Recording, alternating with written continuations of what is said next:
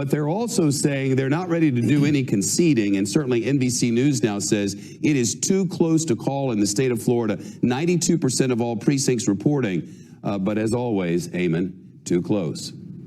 Yeah, Shep, that's right. And over 10 million votes there in Florida. So a lot of people participating here. Still separating out the winner is going to be tricky, and it could be a longer night in Florida than maybe many had anticipated. And all of this makes me go back to our polling. You know, we've been conducting this polling for CNBC and Change Research on our States of Play poll throughout the year in Florida. And what we saw right at the end was just a little bit of an uptick for Donald Trump over the past week or so. The Florida Biden versus Trump number we had was 51-48 for Biden over Trump. But we saw an uptick of about 2 points over the last week for the president. The president making a move there. And then in terms of his job approval, we also saw an interesting move for the president. His job approval back to 50-50 in Florida in our poll over the past week or so. That is a change because his disapproval had been higher than his approval number in the state of Florida. And that is something that you want to turn around when you're running a presidential campaign. It looks like that move, Shep,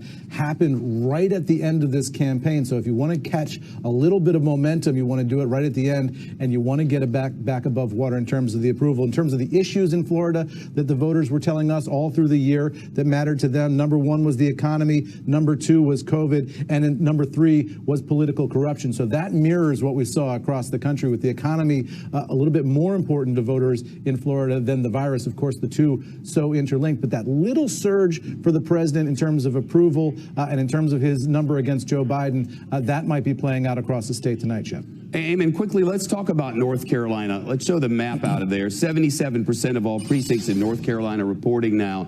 Joe Biden has an edge of somewhere around 3%. Now, sources inside the Biden camp say that they like the early numbers that they're seeing, but that they need to wait on the day of voting before they make any determinations. What do you think about what you're seeing in North Carolina? Well, I mean, the day of is going to be so important. And of course, the question is the early vote, right, and how that plays out in North Carolina, because there you've got the sort of the cities and the suburban counties, and the president out on the campaign trail over the past couple of weeks has been saying, you know, suburban women, please love me, please love me. The president knew he had a problem with suburban women in those counties around metropolitan areas in all of these swing states, including in North Carolina. The president making an explicit pitch to them over the past couple of weeks, and we're going to see tonight whether that has any bearing on this result as we watch these results come in county by county. What matters is who showed up to vote today and who voted early all along in this election, Shep. Eamon Javers.